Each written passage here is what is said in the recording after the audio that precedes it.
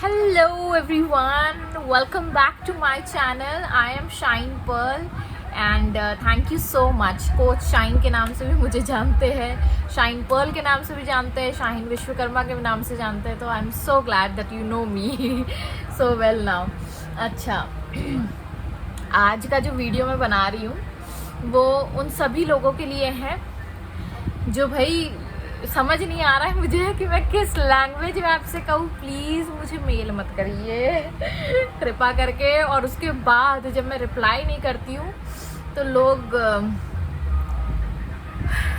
क्या मैं बोलूँ, यू नो, आप लोग ये समझते क्यों नहीं हो कि आगे वाला मतलब इतने इनसेंसिटिव कैसे हो सकता है कोई इंसान, और इतना विक्टिम कॉन्शियसनेस आपके अंदर भरा पड़ा है. और फिर आप लोग कहते हो कि दी कुछ हो नहीं रहा है, हम लोग पॉजिटिव हो गए हैं, हम लोग ये हो गए, हम लोग वो हो गए, हम लोग इतना अच्छा सोचते हैं, एफर्मेशन करते हैं, सब कर रहे हैं, लेकिन हो ही नहीं रहा है. प्रॉब्लम इज, देखो अभी भी आ ही रहा है मेरे को मेल.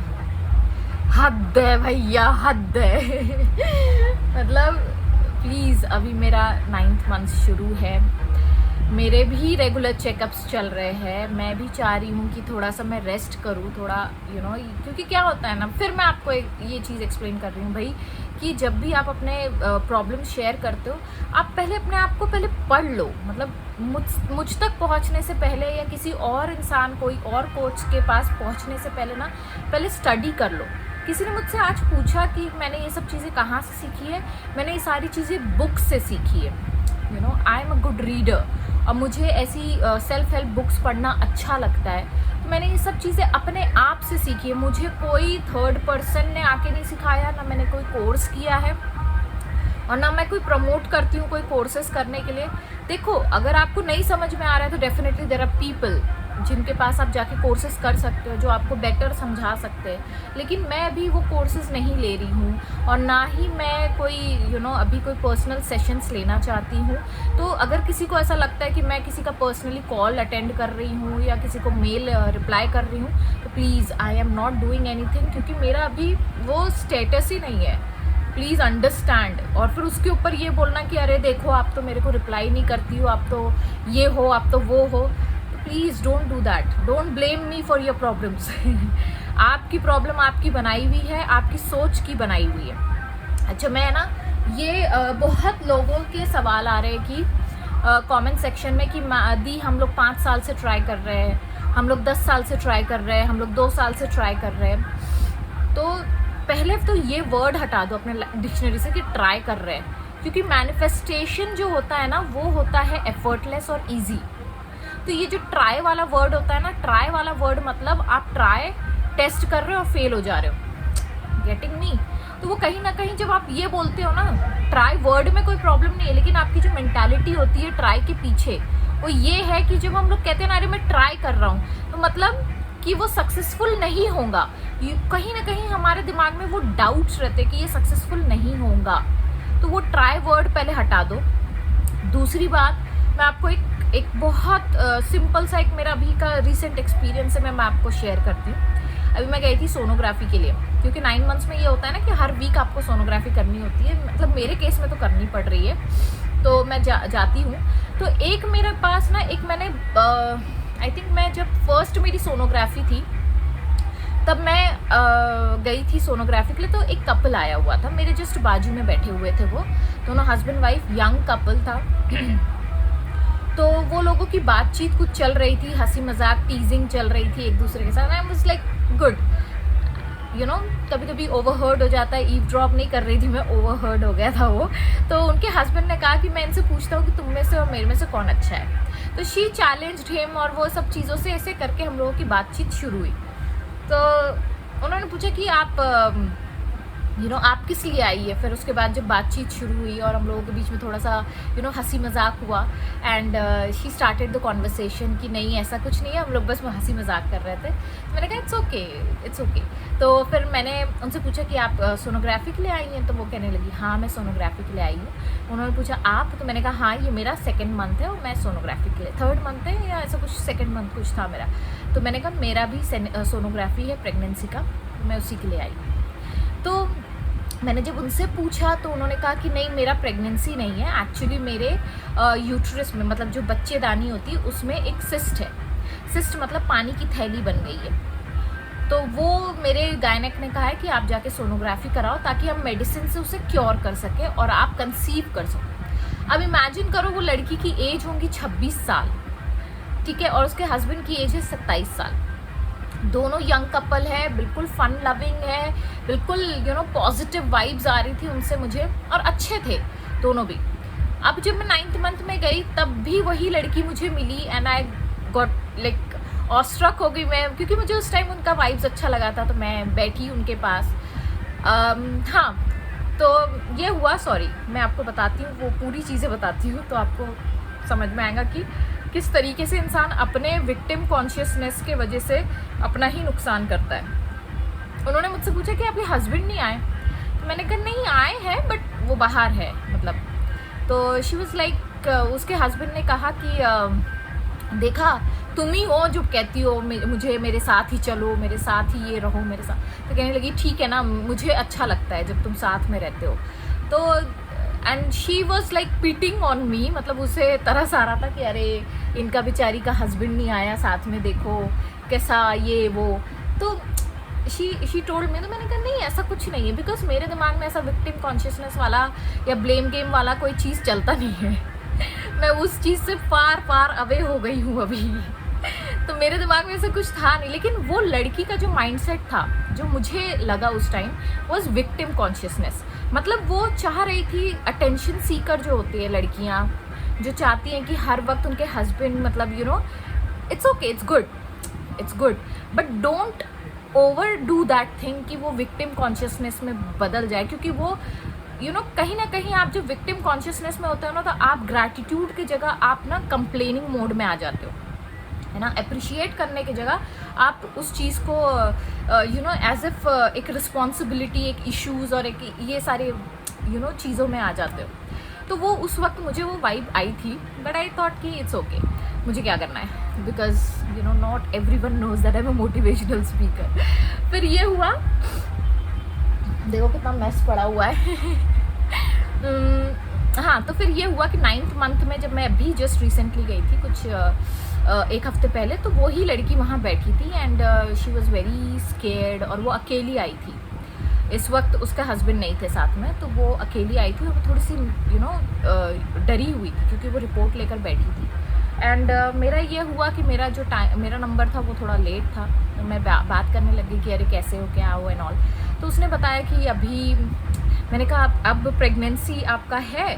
तो कहने लगी नहीं, ये तो वर्स्ट हो गया है, बिकॉज़ अब ऐसा हो गया है कि जो पानी की थैली है वो ब्लड की थैली बन गई है, मतलब ब्लड क्लॉट वहाँ पे जमा हो गया है। तो मैंने कहा तुम्हारी एज क्या है? तो शी वाज लाइक कि मेरी 26 है और मेरे हस्बैंड की 27 है। तो मैंने कहा ओके, तुम्हारी शादी को कितने साल हुए हैं? तो शी स्टार्टेड सेइंग कि मेरे शादी को 1 साल हुआ ही, 1-2 साल ही हुआ है, और मेरे घर वाले मेरे पीछे पड़े कि अभी कर लो, 30 के बाद बच्चा नहीं हो सकता है, 30 के बाद प्रॉब्लम होती है, तुम्हें बहुत सारी चीज़ों का सामना करना पड़ेगा, हेल्थ इश्यूज़ आएंगे, ये आएंगे, वो आएंगे। मैंने कहा कौन कह रहा है? तो कहने लगी अरे यार मेरे घर वाले, मेरे इन लॉज, मेरे पेरेंट्स, सब लोग, मतलब जो भी मेरे से बड़े हैं वो सब लोग यही राय दे रहे हैं। तो मैंने कहा तुम्हें क्या लगता है?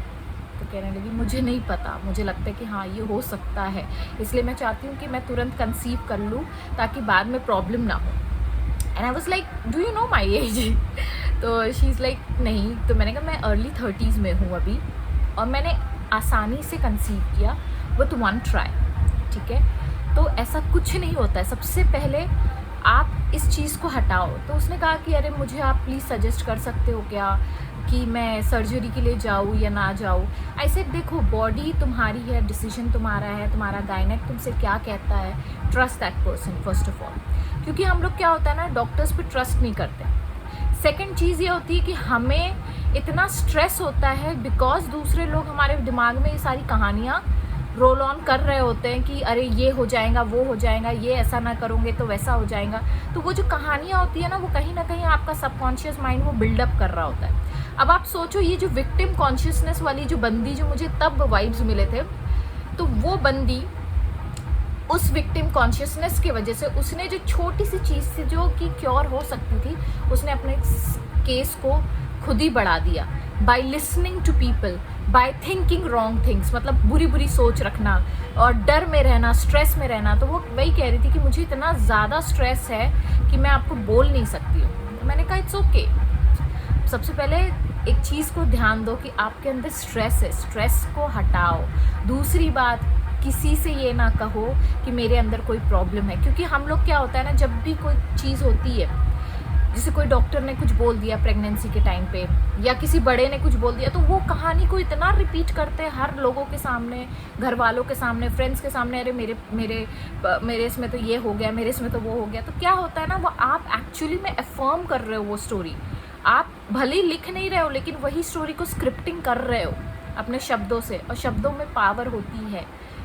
आप कभी बैठना अपने साथ, जो भी लोग कहते हैं ना ट्राई कर रहे नहीं हो रहा, मैं पॉजिटिव सोच रही हूँ लेकिन नेगेटिव हो जा रहा है, आप बैठो पहले अपने आप के साथ, sit in meditation and watch your thoughts. Meditation इसीलिए बहुत इंपॉर्टेंट है, वो आपको सही डायरेक्शन इसलिए देता है क्योंकि आपको अपने थॉट्स पता चलते कि आप कहाँ गलत जा रहे हो। देखो, जब तक कि अपनी गलती नहीं पकड़ोगे ना, अपनी रिस्पॉन्सिबिलिटी नहीं लोगे, अपने हाथ में नहीं लोगे ना चीज़, वो बिगड़ते जाएंगी। जैसे वो लड़की के साथ हुआ, उसमें कोई कमी नहीं थी, अगर आप उसको देखते तो उसमें कोई कमी नहीं है वो लड़की में। लेकिन जब आप स्ट्रेस लेते हो, जब आप कोई चीज़ का बार बार उस चीज़ को अफर्म करते हो, तो क्या होता है, कहीं ना कहीं ये चीज़ें आपके साथ अट्रैक्ट हो रही होती है, जो हम लोग नहीं सोचते। और हम वही कहानी बार बार करते जाते हैं, कभी पेरेंट्स को ब्लेम करते, कभी हस्बैंड को ब्लेम करते, कभी किसी और को ब्लेम करते। लेकिन वो जो बोलते हैं ना, वो जो एक कहावत है कि आप जब एक उंगली लोगों को दिखाते हो तो 4 उंगली आपके पीछे होती है, तो वो जो है वो कहावत एक्चुअली में बहुत सही है। जब तक कि आप अपनी रिस्पॉन्सिबिलिटी खुद नहीं लोगे ना, तब तक के वो चीज़ नहीं सॉर्ट आउट हो सकती।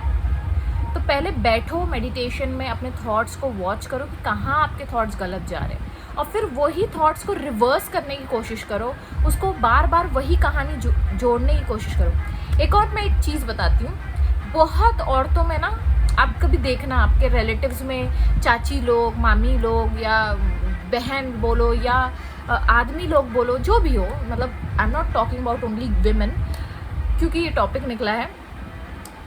तो मैंने एक चीज़ देखी है, मेरी एक चाची है तो वो और उनका ऐसा है ना, उनके हस्बैंड अच्छा खासा अर्न करते हैं, बट उनके दिमाग में हमेशा ये रहता है कि मेरे पास पैसा नहीं है। वो क्या करती थी, हस्बैंड से पैसा ले, बट जब खर्चा करने की बारी आए, अरे मेरे पास तो पैसा ही नहीं है, मेरे पास तो पैसा ही नहीं। तो व्हाट इज शी डूइंग, मेरे पास तो पैसा नहीं है करके वो अफर्म करने लगी वो चीज़ को।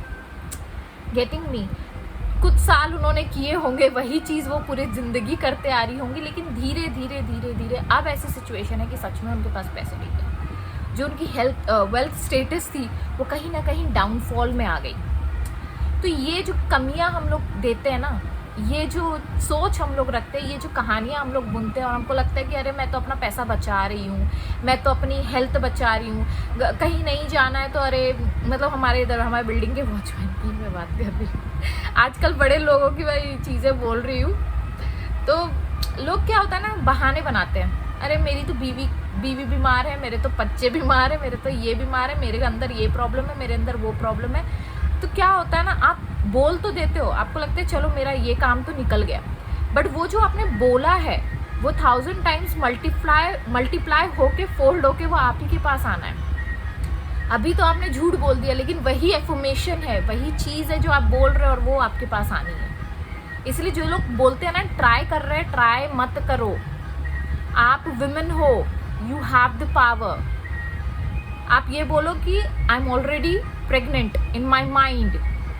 मैंने ये स्टार्ट किया था, किसी ने अभी पूछा कि दी अगर कोई कॉन्शियस माइंड आपको कॉन्फ्लिक्ट करता है तो इसका मतलब ये होता है कि आपका सबकॉन्शियस माइंड कोई स्टोरी, नई स्टोरी को पिकअप करना चाहता है, तभी आपका कॉन्शियस माइंड कॉन्फ्लिक्ट कर रहा है। कीप टेलिंग योर सेल्फ की universe is always working out for me, I am already pregnant in my mind, I am already living a beautiful life, I am already doing this.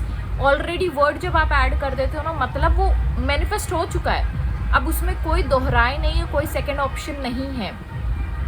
ठीक है। Second चीज़, जो भी aunties है, जो uncles है, जो बड़े हैं, जो फ्रेंड्स है, जिनकी कोई ट्रैजिक स्टोरी है, जो भी आपका मतलब manifestation, I am talking about pregnancy these days, ये वीडियो में, दीज डेज नहीं, ये वीडियो में, तो अगर कोई आपको गलत बोलता है ना, stop that person at the same moment. कुछ नहीं होता है, बुरा लगे लगे, लेकिन आपका आपकी प्रेगनेंसी इंपॉर्टेंट है, आपका मैनिफेस्टेशन इंपॉर्टेंट है। किसी की बकवास नहीं सुनने का, किसी की स्टोरी, किसी के एक्सपीरियंसेस नहीं सुनने का, कुछ नहीं मिलता है। आपके एक्सपीरियंसेस आपके। अब मेरे साथ ऐसा हुआ था, जब मैं प्रेग्नेंट हुई थी, मेरे फ्रेंड्स लोगों ने इतना पकाया था मुझे शुरुआत में कि मेरे 2 महीने प्रॉब्लमेटिक गए। मैं खाना नहीं खाती थी, मुझे नॉनवेज नहीं पसंद आता था, मतलब मुझे स्मेल आने लग गई थी और मुझे वॉमिटिंग सेंसेशन होने लग गए थे, मतलब ऐसे होता था। मेरी एक फ्रेंड थी, उसने कहा मुझे 9 मंथ्स तक ऐसा ही हुआ, मुझे ये हुआ। फिर मेरे हस्बैंड ने मुझसे, मतलब मेरे हस्बैंड, मतलब मेरे शिवेन ने मुझसे कहा कि यार तुम लॉ ऑफ अट्रैक्शन की कोच हो, तुम लोगों को सिखाती हो कि ऐसे चीज़ों से दूर रहना, how can you get trap into this things, है ना। तो मैंने क्या किया, मैंने वो दोस्तों से बात करना ही छोड़ दिया जो नेगेटिविटी फैला रहे थे मेरे लाइफ में। मतलब मैं कंप्लीटली उनसे डिटैच हो गई, मैंने बात ही नहीं किया। मैं किसी को अपनी प्रेगनेंसी के बारे में कभी बात नहीं करती थी। कोई अगर टॉपिक भी निकालता था तो आई यूज्ड टू से कि I am perfectly fine, I am good, I am great. समझ में आ रहा है।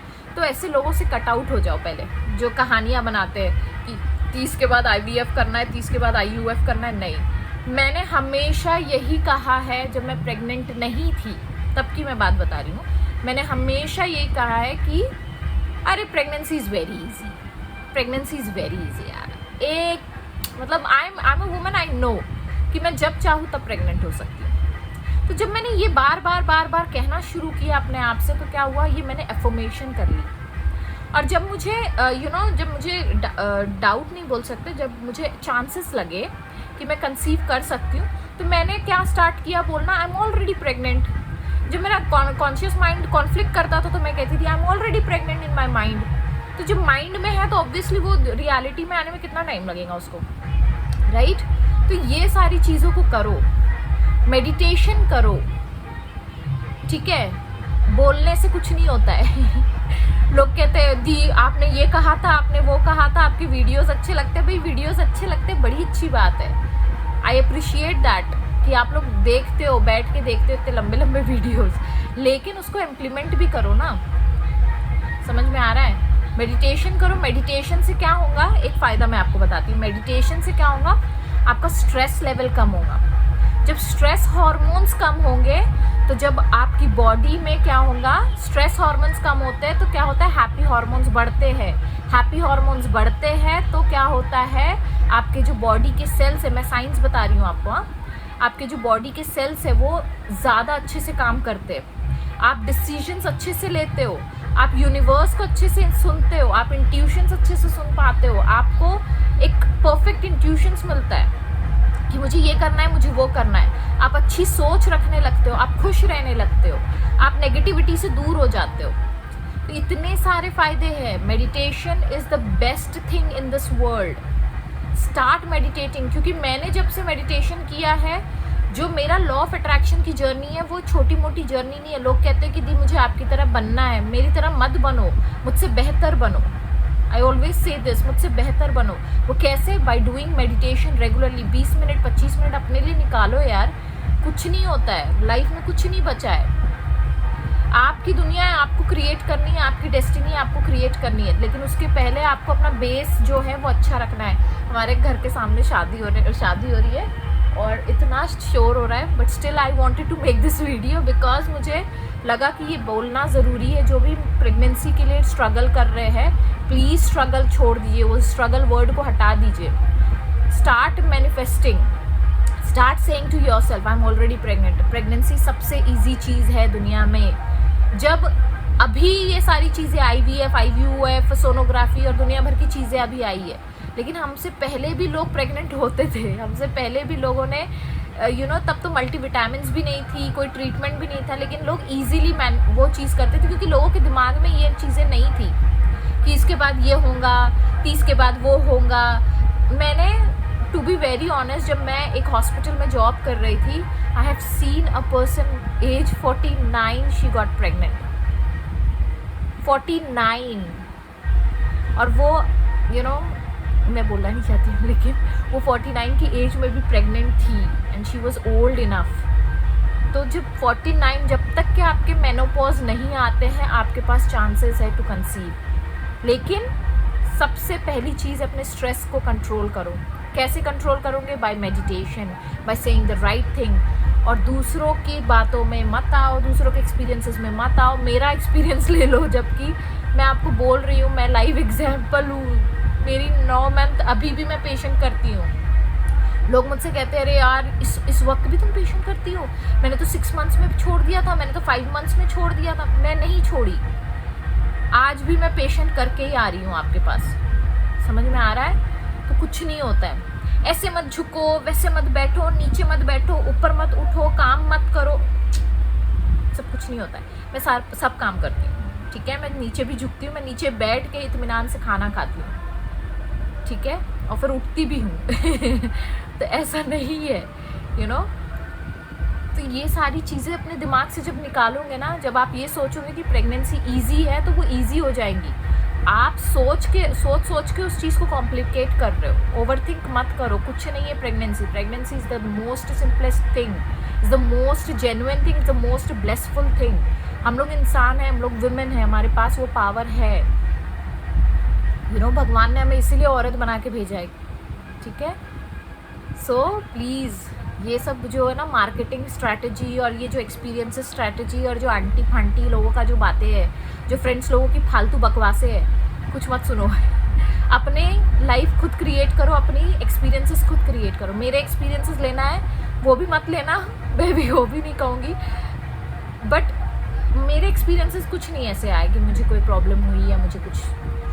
I am perfectly healthy, my baby is perfectly healthy. मेरा भी वेट अच्छा है, मेरे बेबी का भी वेट अच्छा है, and everything is going fine with me. So please understand this. समझ में आ रहा है? So with this note I will take sign. Bye bye.